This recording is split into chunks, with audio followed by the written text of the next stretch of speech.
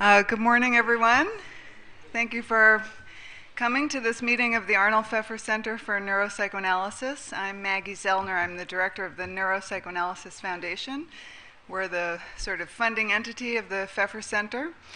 So before I introduce the speaker, I just want to tell you guys about a couple of events that we have coming up. Some of you may have gotten some of these announcements already, but we are co-sponsoring a lecture that's going to happen on Thursday, April 21st in the evening with two professors from Switzerland who are going to be talking about neuronal plasticity and the dynamic unconscious. So there are flyers downstairs. That's going to be held at the New York Academy of Medicine. It's not going to be here. It's free and open to the public, including a wine and cheese reception, so hopefully you'll all come to that. Also, then on May 7th, which is normally the meeting of the Pfeffer Center here, instead of meeting here, we're going to have a different kind of event, which is going to be an educational workshop. And also there are flyers downstairs. I'm going to be the main speaker. There may be additional lecturers, or I might be the whole show. And it's called Building a Psychodynamic Brain. So it's going to be a basic introduction to the brain, but a nice overview, especially building on the recent model that's being proposed by Antonio Damasio in his new book. So it's really looking at the big picture of the brain in conjunction with a psychoanalytic model of the mind. So again, that's not going to be here on May 7th. That's going to be at NPAP, which is downtown on 13th Street. So again, there's flyers here. If you have any questions about that, you can speak to me. And then finally, I hope that almost everybody is going to consider going to our conference in Berlin, which is June 23rd to 26th. And that's called Minding the Body. So it's going to be in Berlin, which is an amazing town. And also we have a number of amazing speakers. So we're going to have Antonio Damasio, Vittorio Galesi, Peter Fonagy, Mark Solms, Jaak Panksepp, and a number of other speakers. So it's going to be really an incredible conference. So again, flyers are downstairs, and if you want more information, please speak to me. Okay, so that's the announcement. So now I'm really delighted to introduce our speaker this morning. So a lot of you know Siri Hustvedt from her attendance at our meetings. You may also know her separately from her wonderful writing. She got her Ph.D. in literature, in English from Columbia University. And she's a novelist. A lot of her books are right in the back, and I highly recommend, one of my favorite novels is called What I Loved. Wonderful novel. Then she also wrote a great book called Sorrows of an American, and if you read that book, you'll see that there are cameo appearances by people that we all know, including the fictional character goes to a lecture by some guy named Mark Solms and talks about it. And then one of her most recent books is called The Shaking Woman, or A History of My Nerves, which is about her experience with migraine and then looking into the literature about different aspects of neurology and the mind. And then her most recent book is also available, which is My Summer Without Men. So I think that you're going to really enjoy hearing her reflections on the relationship between memory and imagination and its implications for the psychoanalytic concept of the mind and numerous other implications. So please help me welcome Siri Hustvedt.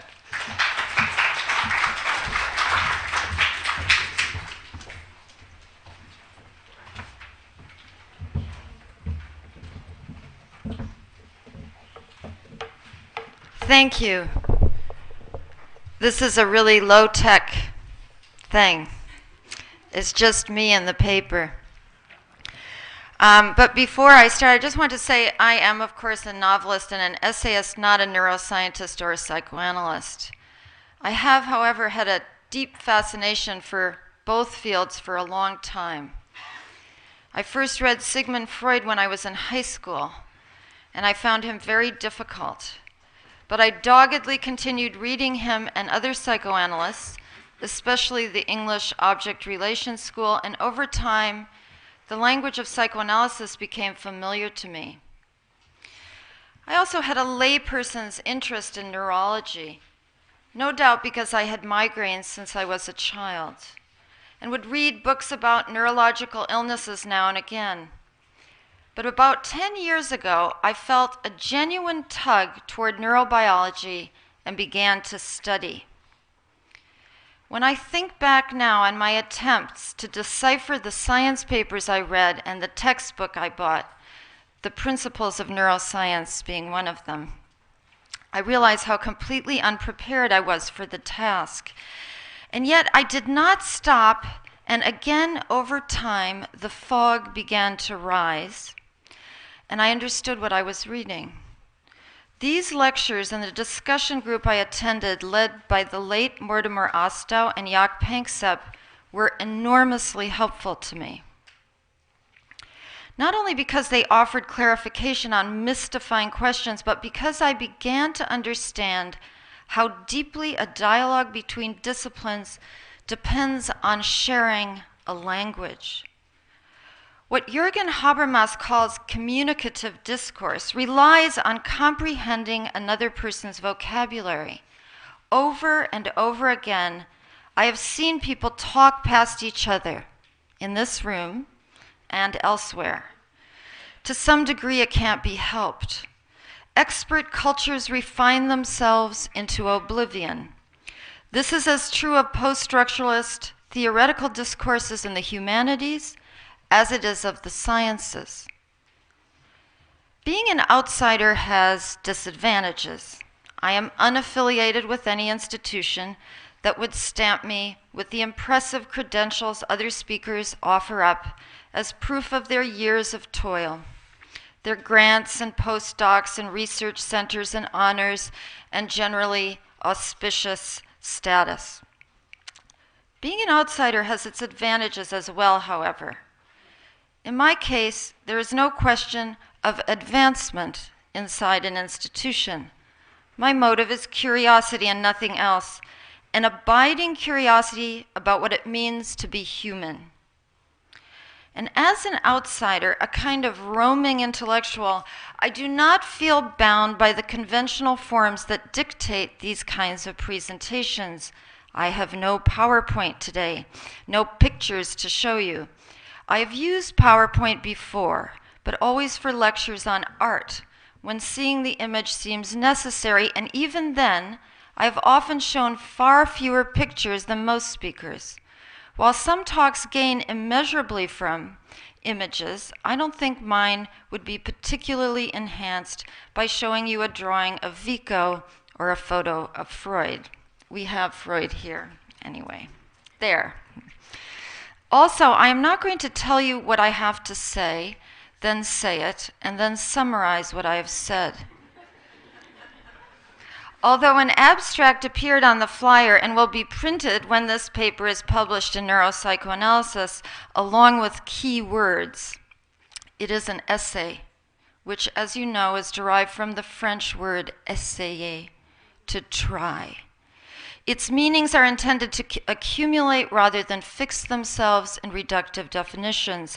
It is intended to open a dialogue, not to close it. And you will notice that I use myself, some of my own memories and experiences. This is not unheard of, but I have discovered that it makes some people uncomfortable. It's regarded as unscientific, unprofessional, or a muddying of clear, objective waters. Of course, Freud famously used his own dreams as part of his self-analysis in the interpretation of dreams. Augustine and Montaigne used themselves to illustrate ideas, and I avail myself of that tradition here. I appear, as do a few other characters from my life, but always in the service of an idea. Ideas are infectious. There are idea climates and micro-idea climates. The weather changes, sometimes almost imperceptibly, other times dramatically. One need only look at how American psychiatry has changed since the 1970s to understand what I am saying. I was a volunteer writing teacher for psychiatric inpatients at the Payne Whitney Clinic here in New York, and I saw firsthand how patients internalize their own, sometimes shifting, diagnoses. One patient said to me, "The first time I was in the hospital, I was a schizophrenic. Then they said I was bipolar, but now I'm schizoaffective." I saw how pharmacological interventions both helped and damaged patients. And perhaps most of all, I saw how desperate they were to tell their stories to somebody, because their individual stories had mostly fallen out of the psychiatric picture altogether. Their psychiatrist treated a diagnosis or a collection of symptoms, not because they were uncaring or unsympathetic, but because the framework for treatment had changed. Old ideas were replaced by new ones, and what amazed me was that the old ideas weren't still lingering behind the new ones. The older ideas, many of them with the psychoanalytic basis, have been eradicated altogether. That is why intellectual history is such a tonic. It puts thought in a context. It is not that biological psychiatry hasn't made some significant strides toward understanding mental illness. It is that many of its practitioners have no idea where they themselves come from, or how much current ideas in psychiatry resemble ideas in the 19th century, for example, or that there are ongoing and unresolved philosophical questions about mental images, or what are often called neural representations. Taking stock of past ideas is vital to our present ideas. I think that this is where some of my thoughts may be valuable, because they are derived from a number of disciplines, past and present, and I must stress that my ideas continue to evolve, sometimes in fits and starts, and they are open to revision, always open to revision through dialogue. I've called this paper 3 Emotional Stories, and story does become very important to it. In a 1995 essay on memory, Yonder, I wrote the following sentence: "Writing fiction is like remembering what never happened." It seemed to me 15 years ago, and it still seems to me today, that the mental activity we call memory and what we call imagination partake of the same mental processes. They are both bound up with emotion, and when conscious, they often take the form of stories. Emotion, memory, imagination, story, all vital to our subjective mental landscapes, central to literature and psychoanalysis, and much more recently, hot topics in the neurosciences. Ever since Plato banned poets from his Republic, philosophers have debated the role of imagination and its link to memory. Traditionally, imagination referred to the mental pictures we conjure in our minds, as opposed to direct perception. For thinkers as diverse as Aristotle, Descartes, Kant, and Hegel, the imagination occupied a middle zone between the bodily senses and intellect. Augustine connected imagination both to emotion and to will. The will directs internal vision toward memories, but it also transforms and recombines them to create something new. This is Augustine. "My memory," he writes in the Confessions, "also contains my feelings, not in the same way as they are present to the mind when it experiences them, but in a quite different way that is in keeping with the special powers of the memory," end quote. The emotions are all there, Augustine tells us: desire, joy, fear, and sorrow, and they can be all called to mind. But, I'm quoting again, "If we had to experience sorrow or fear every time that we mentioned these emotions, no one would be willing to speak of them. Yet we could not speak of them at all unless we could find in our memory not only the sounds of their names, which we retain as images imprinted on the memory by the senses of the body, but also the idea of the emotions themselves." That's from Book 10, end quote. Surely Augustine's thoughts remain cogent. Remembering is not the same as perceiving. We remember what we have perceived, although we need ideas or concepts and names, language, to recognize and organize the material we have brought to mind. The 17th century Italian philosopher and historian, Giambattista Vico, regarded memory and imagination as part of the same faculty rooted in sense perceptions. The imagination, he wrote, this is quoting Vico, is expanded or compounded memory. And memory, sensation, and imagination are skills of the body. This is Vico again. It is true, he insisted, that these faculties appertain to the mind, but they have their roots in the body and they draw their strength from it.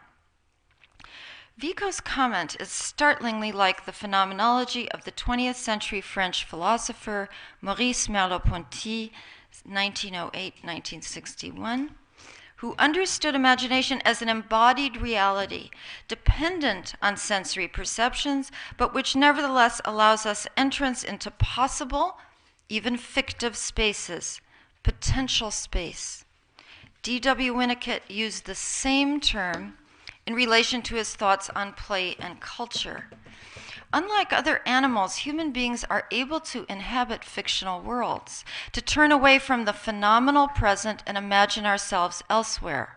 Rats, even sea snails, remember, but they don't actively recollect themselves as characters in the past or hurl themselves into imaginary futures.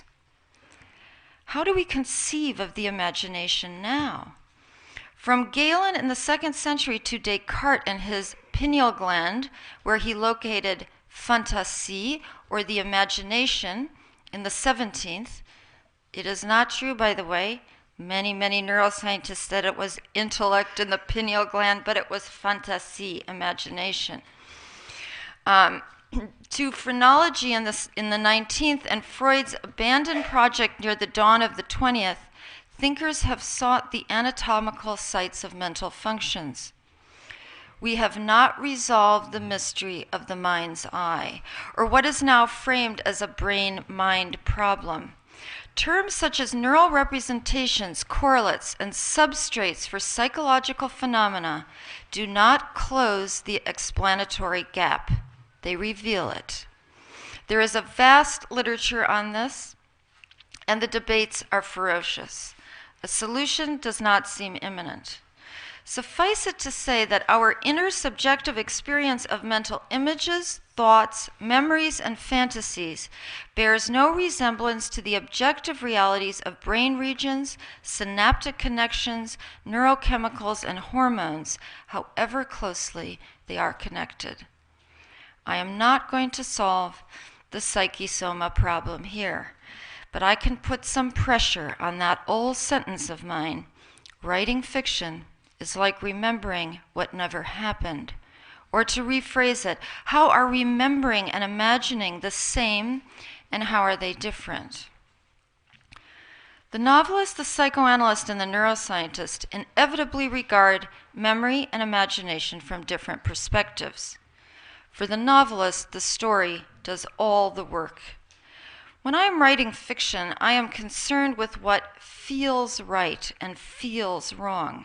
I see images in my mind as I work, just as I do when I remember. Often I use landscapes, rooms, and streets that actually exist as backdrops for the actions of my fictional characters.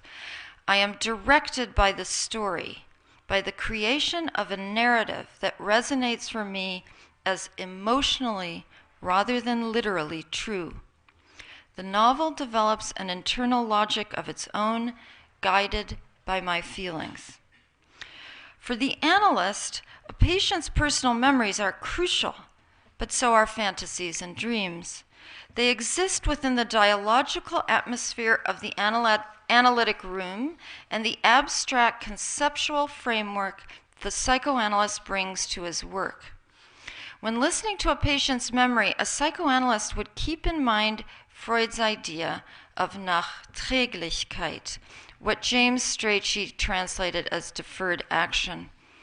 The adult patient may have memories from when he was 5, But those memories have been reconfigured over time.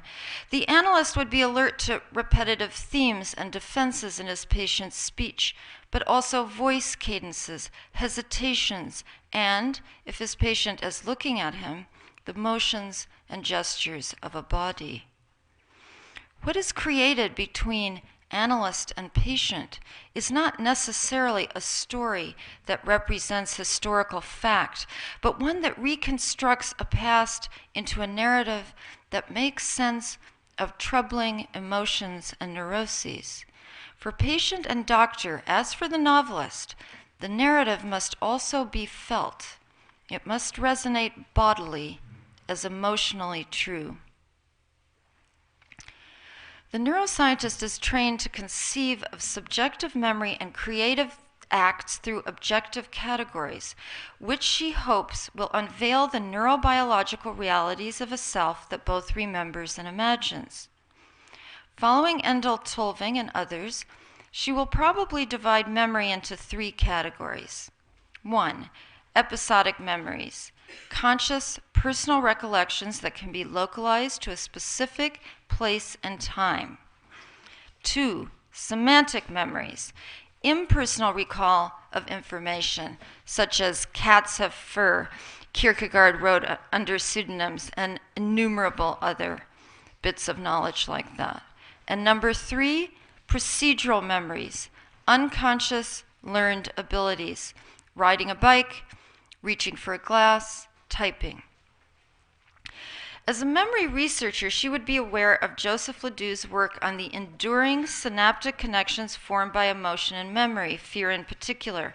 And she would know that memories are not only consolidated in our brains, they are reconsolidated.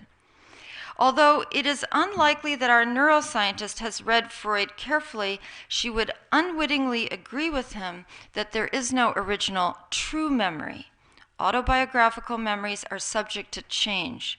Finally, theoretically at least, her subjective feelings are irrelevant to her work. In these 3 practices, we find the 2 modes of human thought which William James in his essay Brute and Human Intellect called narrative thinking and reasoning. Jerome Bruner, using a philosophical term, has called them 2 natural kinds, that is, essentially different. Novelists think in stories. Analysts use both narrative thought and the categorical thinking of reasoning. Scientists may employ a case history as an illustration, but their work proceeds without story. Reasoning is sequential but not dependent on a representation of time. Narrative is embedded in the temporal. Unlike the flux that characterizes narrative, scientific categories are static.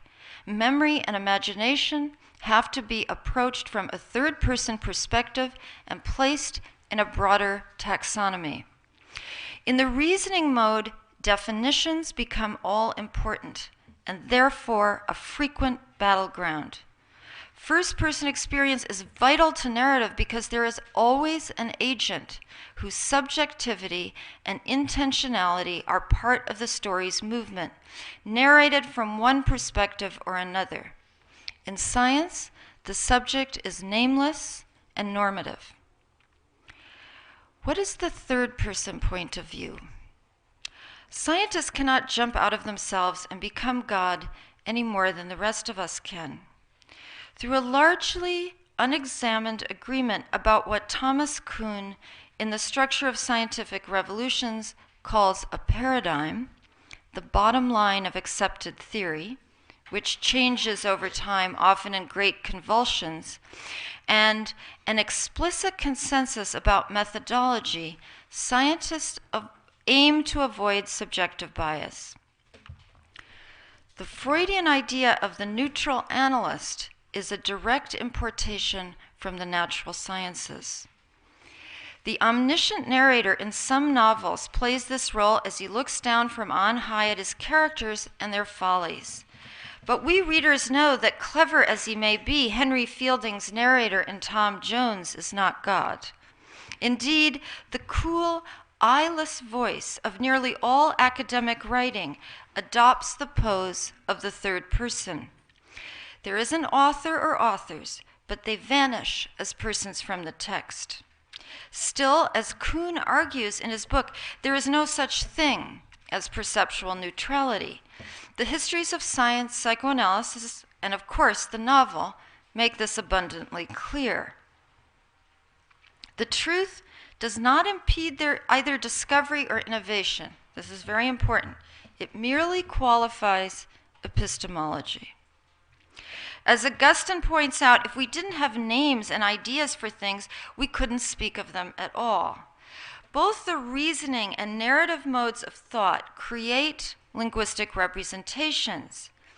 And those representations exist on what the linguist Emile Benveniste refers to as a pronominal axis of discourse. The I implies a you, even if that I is just listening to one's own inner self. The language wars are as fierce as the brain-mind wars. Is there a universal grammar, as Noam Chomsky argued? Wasn't Wittgenstein right that there is no such thing as a private language? How is language acquired? And exactly what does it have to do with our memories and imaginations? There is no consensus. I am sympathetic to A.R. Luria's position that the advent of language reorders the mental landscape. I do not subscribe to the postmodern notion that it is the mental landscape. Nevertheless, whatever innate abilities we may have to learn it, language, which is both outside and inside the subject, plays a crucial role in our reflective self-consciousness, in how we become creatures of not only I remember, but what if. We codify perceptual experiences and conscious memory through both placement, where and when it happened, and interpretation, what it means in the larger context of my life. In our autobiographical memories, as in a mirror, we become others to ourselves. Even if we don't see ourselves in the third person, we have projected the self elsewhere in time. As Merleau-Ponty notes in the Phenomenology of Perception, this is a quote from Merleau-Ponty, between the self which analyzes perception and the self which perceives, there is always a distance. There is a difference, he argues, using Hegel's distinction, between the in itself and the for itself. When I actively recall something from my past, what Augustine called will is involved. This is exactly how Aristotle distinguished human from animal memory. Only we people will ourselves backward in time. And the episodic memories we recall have mostly been turned into stories. If narrative is, as Paul Ricoeur argues in Time and Narrative, a grasping together of various temporal actions or episodes in both life and fiction into a whole that has meaning, I believe that meaning is crucially grounded in emotion. It makes sense that narrative, a ubiquitous form of human thought, would, mimicking memory itself, focus on the meaningful and leave out the meaningless. What I am indifferent to, I mostly forget. The stories of memory and fiction are also made by absences, all the material that is left out. As early as 1895, the psychologist Alfred Binet and Victor Henry tested children's memories for lists of unrelated words as opposed to meaningful paragraphs. The children remembered the meaningful paragraphs far better, but they reported them back to their examiners in their own words. They retained, to borrow a term from the Russian formalists, the fabula. Cinderella can be told in many different ways, and the details may vary, but the fabula, the bones of the story, remain the same. The narrative mode contextualizes the meaning or valence inherent in every emotion. It pulls together and makes sense of disparate sensory and affective elements. Augustine's insight that emotion dims in memory, however, is overwhelmingly true of our episodic memories. The cooling of the emotions that belongs to such recollections is built into the nature of this kind of memory because it is quickly turned into narrative. The raw affective material of memories is restructured and then told as stories from a remove. Much, if not all, of this restructuring takes place unconsciously. When I remember, for example, that in 1982 I was hospitalized for 8 days with an excruciating migraine that had lasted for many months, I do not re-experience either my pain or my emotional distress, although the pictures in my mind are colored gray for sadness. I no longer remember what happened every day in the hospital, only a few highlights. A nurse who seemed to believe migraineurs were either neurotics or malingerers, the interns who asked me over and over who the president was, and my doctor who seemed exasperated that I didn't get well. All of their facial features are now visually dim. I remember lying in the hospital bed, but I no longer see the room clearly. Still, I have a mental image that probably combines several hospital rooms I've visited or seen in the movies. We deposit memorable emotional events into a visual setting that makes sense, but what we see in our minds may bear little resemblance to what actually was. What I've retained is the story and a few serviceable mental pictures, but much is missing from that verbal account. The fact that I used that hospital stay in my first novel, The Blindfold, further complicates matters because I turned an episode from my life into fiction, an episode which I had already, no doubt, fictionalized in memory. Both the memory story and the novel were created unconsciously.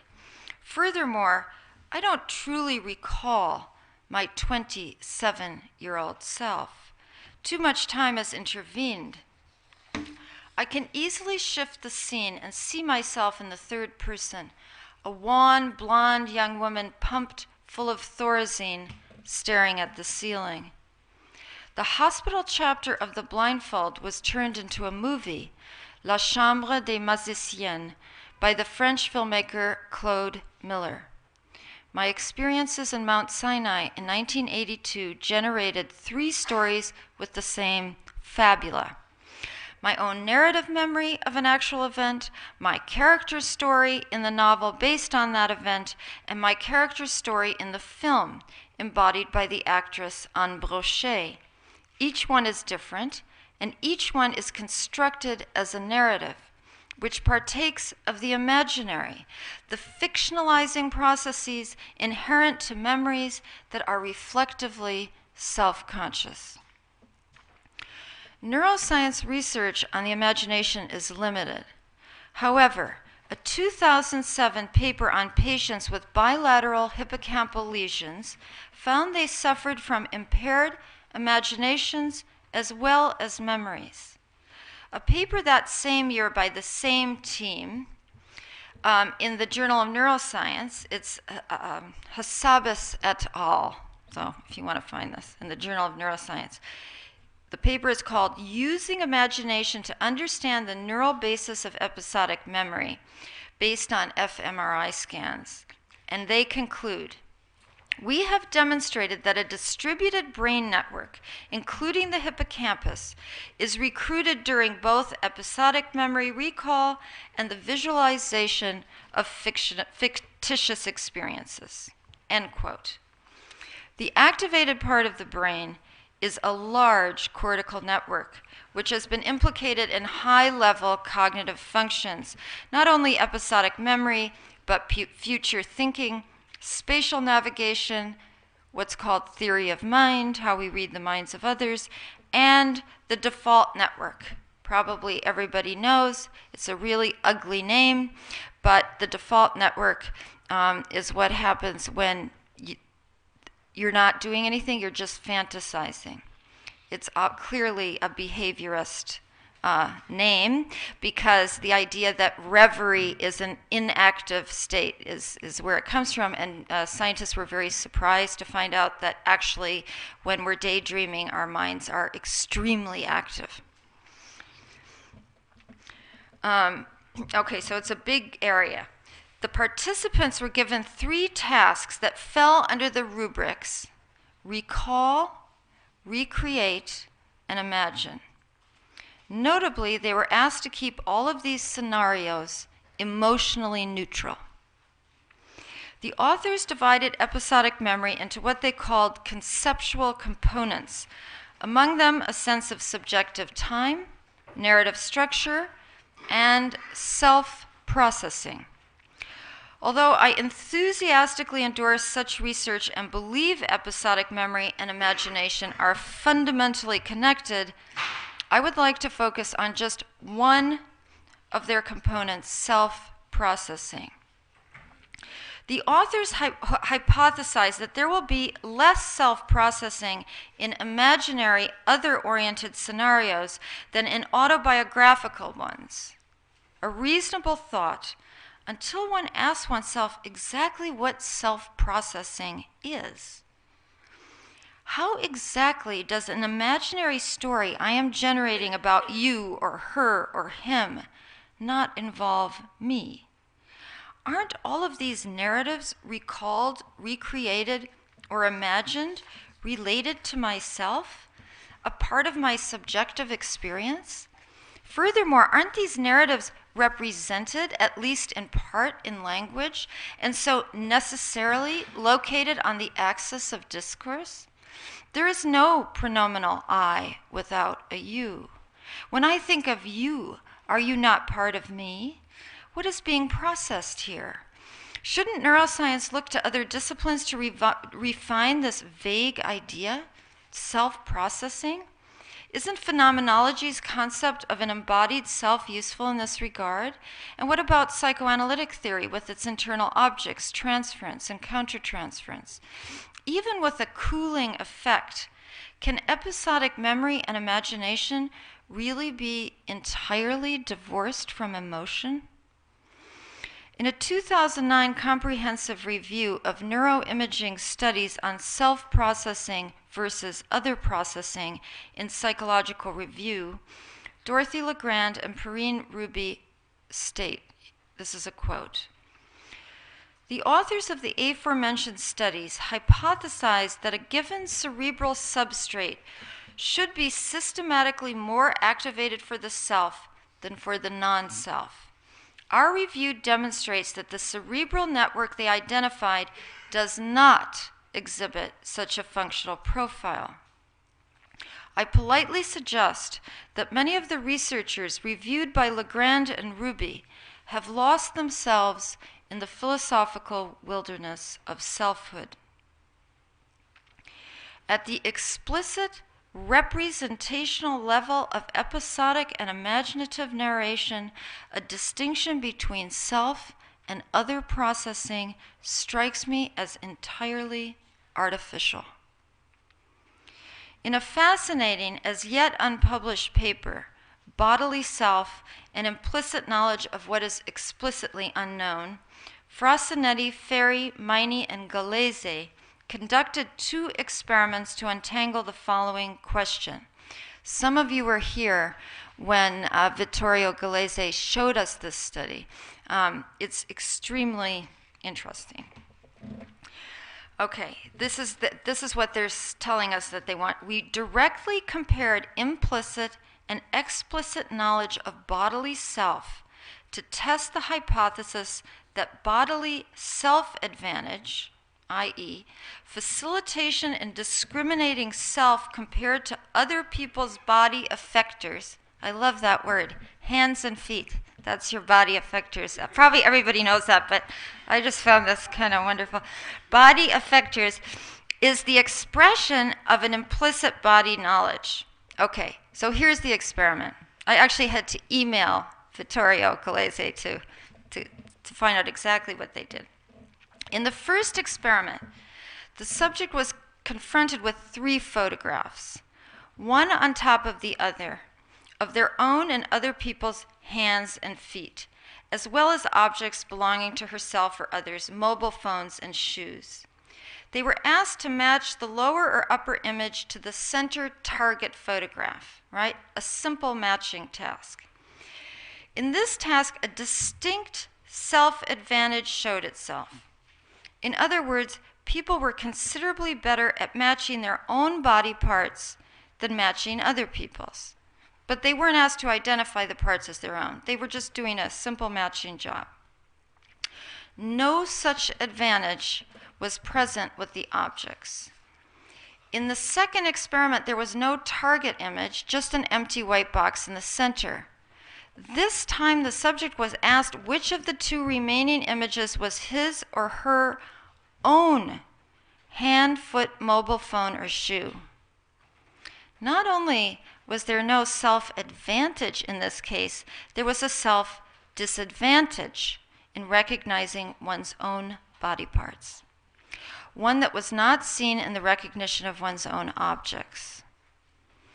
The hypothesis is that an unconscious motor representation of our bodies is at work in the first task, while what the authors call body identity must be summoned for the explicit task. Body identity, or what Sean Gallagher and How the Body Shapes the Mind calls body image, is a conscious, not an unconscious idea. It is the self perceived as an other. In the explicit task, the response is not automatic. The person has to think about it. And thinking often involves a linguistic construction as well as a visual one. Is that my foot? Is it someone else's? The author's conclusion is worth quoting. Taken together, our results show for the first time that the representation of our body effectors is not only different from the way we represent inanimate objects, but more importantly, it is accessible in at least 2 different ways. One way is implicit, while the other is detached, third-person-like. This unconscious-conscious distinction is paramount to understanding what neuroimagers call self-processing. William James said that all personal memories have a warmth and intimacy, a quality of one's own. To use the Latin word for selfhood or identity, my memories have ipseity. But so do my fantasies, the vicarious experiences I have while I am reading, my thoughts about others, my feelings about my fictional characters and my dreams. James's warmth and intimacy, that sense of ownership, is not emotionally neutral. And, as Freud stressed in the interpretation of dreams, however irrational or bizarre our dream plots may be, the emotions we feel are not fictional. He is quoting Stricker here. If I am afraid of robbers in a dream, the robbers, it is true, are imaginary, but the fear is real. While Proust's tea-soaked bit of cake has become a facile reference for just about everybody, what is interesting is not that the Petite Madeleine opens the narrator to memories of his childhood, but rather that at first the taste produces only feeling. This is from Proust. This new sensation having had on me the effect which love has, of filling me with a precious essence, or rather this precious essence was not in me, it was me. It is only after the swell of high feeling has passed that Proust's narrator asks himself this: what did it mean? That meaning, explored in the 7-volume first-person narrative of Remembrance of Things Past, lies in the fluctuations of subjective experience, of an emotional self in space and time. First, the narrator perceives and feels. He is immersed in the pre-reflective consciousness of a sensual reality that is also somehow remembering. Only later, does he reflect on it. And that reflection requires that he conceive of himself as an object to himself in the same way he conceives of others. Isn't it reasonable then that self-processing cannot be distinguished from other processing at the explicit conscious level of storytelling? The narrative self is the self in time. We are immersed in time, not clock time necessarily, although we adults refer to it, and certainly not the time of physics. We live in subjective time, the sequential time of our consciousness, and what happens before becomes the template for what we expect to happen later. Through repetition, past perceptions create future ones. In his lecture on the Phenomenology of Inner Time Consciousness, Edmund Husserl writes the following: Each momentary perception is the nuclear phase of a continuity of momentary gradated retentions on one side and a horizon of what is coming on the other side, a horizon of protension, which is disclosed to be characterized as a constantly graded coming, end quote. We are continually retaining and projecting, and the present always carries in it the thickness of before and after. Husserl, who was influenced by William James, argues that the experience of time, this perceptual stream, is always pre-given in a first-person perspective. When he was 5, my nephew Ty sat in the family car and made a startling discovery. Looking at the road behind him, he cried out, "That's the past." Turning to the road ahead, he crowed, "That's the future." It's wonderful. The locus of that streaming reality of time and space was, of course, Ty himself. We know now that a form of time, or rather timing, is also part of infancy.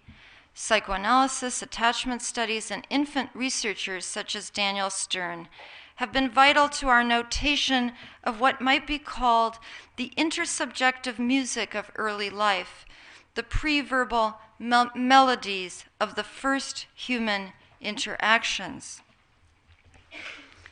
As John Bowlby, oh dear, something happened. It is coming fine. Just the wrong direction. 12, 13, here we go. Okay, I know, it's the future. It was Ty's comment that got me going in the wrong direction. Anyway, okay, so we just got to John Bowlby. Okay.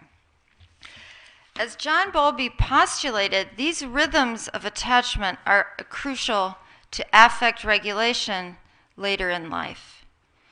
In an empirical study of adult-infant vocal interactions, rhythms of dialogue in infancy, the authors proceed from a dyadic view of early communications. The nuanced analysis of the rhythmic dialectic between mother and child provides a foundation for a child's ongoing social and cognitive experiences by forming, as the authors put it, temporal expectancies. These bodily emotional expectations form the ground for the axis of discourse and the narrative self. An infant's pre-reflective conscious perceptions are not yet for herself in an articulated story. Nevertheless, these deeply established corporeal metrics, the motor sensory beats of self and other, merge with genetic temperament in the dynamic synaptic growth that accompanies early emotional learning. In his book, Affective Neuroscience, Jaak Panksepp writes, "From a psychological perspective, I would say that the main thing that develops in a child's interactions with his world, in emotional development, is the linking of internal affective values to new life experiences. However, in addition to the epigenetic processes related to individual personal emotional experience leading to unique emotional habits and traits, there is also a spontaneous neurobiological unfolding of emotional and behavioral systems during childhood and adolescence. We are creatures of a subjective time founded in the wordless dialogues of infancy, which is further developed in language and its natural consequence, story. As important as the narrative self is, I am in complete concordance with Dan Sahavi, who writes in his book, Subjectivity and Selfhood, quote, "Is it legitimate to reduce our selfhood to that which can be narrated?" He goes on to add, "The storyteller will inevitably impose an order on the life events that they did not possess while they were lived." Proust's precious essence, which he claims is himself, resonates with Panksepp's revision of Descartes' famous cogito ergo sum to I feel, therefore I am. Panksepp locates his core self in the brainstem. This is Panksepp again. The ability to experience raw affect, he argues, may be an essential antecedent to foresight, planning, and thereby willful intentionality. I add narrative to that list. Antonio Damasio, in his new book, Self Comes to Mind, discusses his proto-self that produces primordial feelings which reflect the body's homeostatic reality. Quote, this is Damasio, "Along the scale that ranges from pleasure to pain, and they originate at the level of the brainstem rather than the cerebral cortex. All feelings of emotion," he continues, "are complex variations on primordial feelings." End quote. In Instincts and Their Vicissitudes, 1915, Freud proposed his own homeostatic model of primitive selfness in an organism that can discriminate between outside and inside through, this is Freud, the efficacy of its muscular activity. For Freud, the regulation of internal drives and external stimuli are the origins of all feelings. We're back to Freud. He says, even the most highly evolved mental apparatus is automatically regulated by feelings belonging to the pleasure-pain series. It is out of this core feeling self, this is me, that a reflectively conscious remembering, imagining narrative self develops. Sean Gallagher also posits a minimal self, or a primary embodied self, already present in the motor sensory corporeal reality of an organism that is aware of its own boundaries. Infant studies on imitation and deferred imitation give credence to the idea that a newborn has a far greater awareness of his separateness from others and the environment than was thought earlier. Exactly how memory develops in babies is controversial.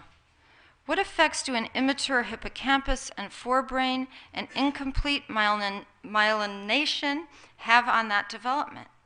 What exactly do implicit and explicit memory mean in a preverbal infant? What roles do imitation, mirroring, and language play? How do we frame the reality of infant consciousness? How is it related to a minimal or core self?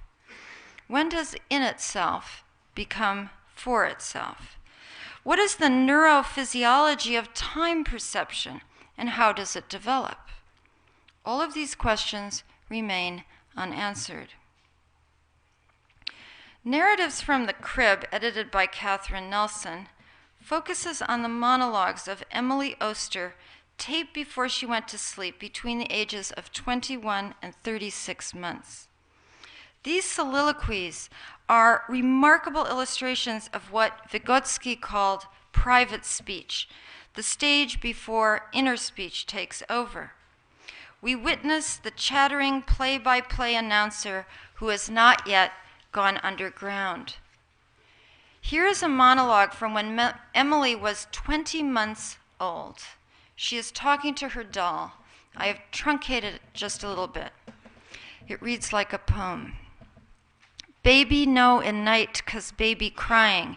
Baby no eat supper in this, no eat broccoli, no. So my baby have dinner, then baby get sick, baby eat no dinner. Broccoli, carrots 'cause rice, Emmy eat no dinner. Broccoli soup 'cause no baby sleeping all night. There are no fixed tenses here that situate past, present, and future. No pronominal I. There is a third-person baby and a third-person Emmy, characters that mingle in what might be called a proto-narrative. Emily verbally represents herself as an agent to herself and describes a series of actions in order to make sense of her emotion. The memory of not feeling well, not eating, and not being able to sleep. The third-person Emmy precedes the first-person I, because reflective self-consciousness for its self-reality emerges from seeing herself as others see her, those vital others who recognize Emmy as an agent, an actor in the world. In a later monologue, at 28 months, the little girl imagines herself in a fictional place, the future, to master her anxiety about what lies ahead. This is Emmy speaking. We are gonna at the ocean. Ocean is a little far away. I think it is a couple of blocks away. After an associative stream that includes a refrigerator submerged in water and a river, the child imagines sharks biting her. The fantasy is driven by emotion, but her speech allows the flowering of creative speculation while she is still safely in her crib, away from the sharks in her mind. Emily's monologues are heavily analyzed in the book. It's a edited thing, psychologists telling you about what they mean. But 2 points go unmentioned, perhaps because they are too obvious. Having a narrator, external and voiced, or internal and silent, is a way of keeping company with oneself. In language, the self is always touched by otherness, if only because it is represented. Some memories have no narrator and no time except the present. In 1961, when my cousin Netta was 1 year old, she traveled to Africa with her parents and sister. Her father, my uncle, was a doctor who practiced in Bambuli in what was then Tanganyika. Netta learned Swahili, a language she later forgot. When she was 3, she returned home to Norway with her family. Netta retained no conscious memories of Africa, but in 2007, she and her husband Mats visited Tanzania. As soon as she set foot in Bambuli, she was overwhelmed by sensations of familiarity. The smells, the colors, the sounds, all contributed to a heady feeling that she had come home. One afternoon, Netta and Mats met some schoolgirls on the road, and although the two groups shared no common language, they communicated with smiles, laughter, and gestures. Mats suggested Netta hum a melody she remembered from childhood, a song the family had once sung together, the words to which had disappeared. When the girls heard the tune, they began to sing, and to her own amazement, Netta joined them. One after another, the lost Swahili lyrics returned to her, verse after verse, and Netta sang loudly and joyfully. In that moment of exuberant recall, 41 years seemed to collapse. The 44-year-old woman and the small child met. This memory is not episodic. And although I have told it as a story, the recovery of the lyrics and the flood of joy my sister experienced is not a narrative, but a form of involuntary memory. The 19th century neurologist John Hewlings Jackson called this kind of repetitive learned knowledge automatisms. The automatism is proprioceptive, related to my bodily orientation in space, what Merleau-Ponty called a body schema, and it engages my motor sensory capacities. The perceptual context, visual, auditory, and olfactory, acted as cues, and the once learned but lost Swahili words came back automatically.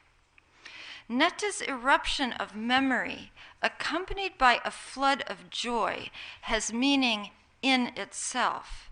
Affect marks experience with valence, positive or negative, part of the pleasure-pain series. It is purely phenomenal and pre-reflective until we ask ourselves, what did it mean? By far the most dramatic form of bodily, pre-reflective, involuntary memory is the flashback. After a car accident, I had flashbacks 4 nights in a row that shocked me out of my sleep. Rigid, repetitious, horrifying, this memory was a physio-motor sensory re-experiencing of the crash. I have to say this is one of these weird experiences that I'm so happy I had. Isn't that funny? But because I had it, I actually know what it is. And because it went away and I still don't have to have it, it was like a perfect experimental moment in flashbacks. And that's really the truth. As the psychoanalysts Françoise Davoine and Max Gaudière argue in their book History Beyond Trauma, this form of traumatic memory is outside time and language. It is not in the past. It is the kind of memory Augustine said nobody would want to have. In a 1993 paper, the neurobiologist van der Kolk and Saporta make the same argument. I'm quoting them. These experiences may then be encoded on a sensorimotor level without proper localization in space and time. They therefore cannot be easily translated into symbolic language necessary for linguistic retrieval, end quote. Translation into words means location in space and time. It also means distancing and perhaps ironically, greater mutability in memory. This very mutability, however, serves the cooling and creative aspects of narration, whether in memory or in fiction. In Beyond the Pleasure Principle, Freud cites Kant, for whom time and space are necessary forms of thought. And then he goes on to say, quote, "We have learned that unconscious mental processes are in themselves timeless.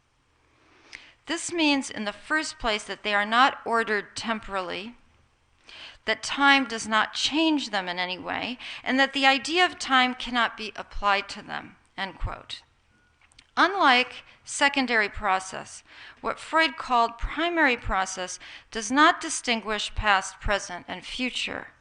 We glimpse this form of archaic thought in dreams, which are more concrete, emotional, and associative than waking thought, and in Emily's early monologues, in which subjective time is not yet fully codified in language. That creativity is mostly unconscious is hardly surprising. Psychoanalysis has long known that we are strangers to ourselves. And the idea of unconscious perception has been with us at least since Leibniz in the 17th century. All creativity in both modes of thought, reasoning and narrative, can be traced to this timeless dimension of human experience, or, I would say, a dimension with motor sensory timing, but not self-reflective time. In a letter to Jacques Hadamard, Albert Einstein wrote that neither language nor, I'm quoting him now, any other kinds of signs which can be communicated to others were important features of his thought. His work, he said, was the result of associative play, that's Einstein. It was visual and motor in character and had an emotional basis. In 1915, Henri Poincaré, the great mathematician, pointed to the unconscious origins of his own work. This is Poincaré, who wrote a lot. The subliminal self plays an important role in mathematical creation. We have seen that mathematical work is not simply mechanical, that it could not be done by a machine, however perfect. It is not merely a question of applying rules, of making the most combinations possible according to fixed laws. The combinations so obtained would be exceedingly numerous, useless, and cumbersome. That's the end of the quote. Every once in a while, a formula, a poem, an essay, a novel burst forth as in a waking dream. The poet Milosz once said, "Frankly, all my life I have been in the power of a demon, and how the poems dictated by him came into being, I do not quite understand." William Blake said his poem Milton, this is Blake, was written from immediate dictation, without premeditation, and sometimes against my will.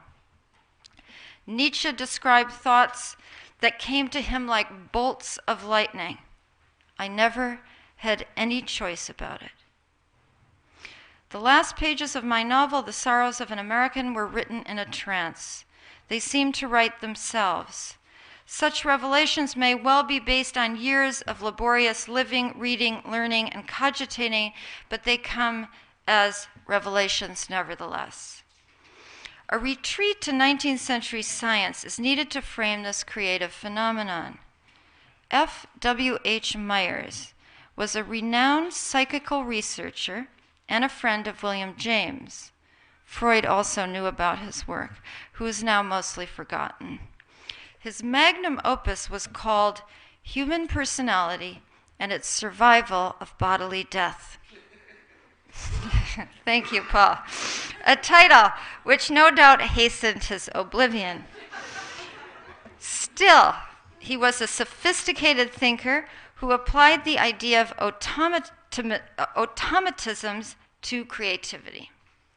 Unlike Jackson's habitual automatisms or the pathological dissociations of hysteria studied by Pierre Janet, or Freud's idea of sublimation, Myers argued that subliminally generated material could suddenly find its way into consciousness, and that this eruption was not necessarily the product of hysteria, neurosis, or any other form of mental illness. The definition of creativity in neuroscience research I have stumbled over again and again is this. Just go online, you'll see it's everywhere. Quote, "The production of something novel and useful within a given social context." Useful? Was Emily Dickinson's work considered useful? Within her given social context, her radical, blazingly innovative poems had no place. Are they useful now? This research definition must be creativity understood in the corporate terms of late capitalism. Where is the funding coming from? I think that's the question. Another component of creativity featured in these studies is divergent thinking, or DT. DT, I love those things. But a DT is divergent thinking. This is closer to certain 19th century ideas, actually. In one study, subjects' brains were scanned as they produced multiple solutions to target problems. The more solutions, the more creativity. But this is obtuse, as Poincaré pointed out so succinctly. We are not machines or computers, but embodied beings, guided by a vast unconscious and felt emotions. I have often asked myself, why tell one fictional story and not another?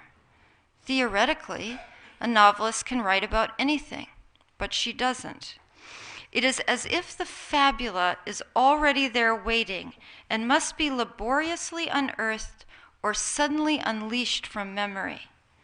That process is not exclusively the result of so-called higher cognition. It is not purely cognitive or linguistic. When I write, I see images in my mind, and I feel the rhythms of my sentences, embodied temporal expectancies, and I am guided by gut feelings of rightness and wrongness. Feelings not unlike what has happened to me in psychotherapy as a patient. After my analyst's interpretation, I have felt a jolt of recognition, which is never merely an intellectualization, but always has a felt meaning. Oh my God, that's true. And if it's true, I have to rewrite my story. Fictions are born of the same faculty that transmutes experience into the narratives we remember explicitly, but which are formed unconsciously.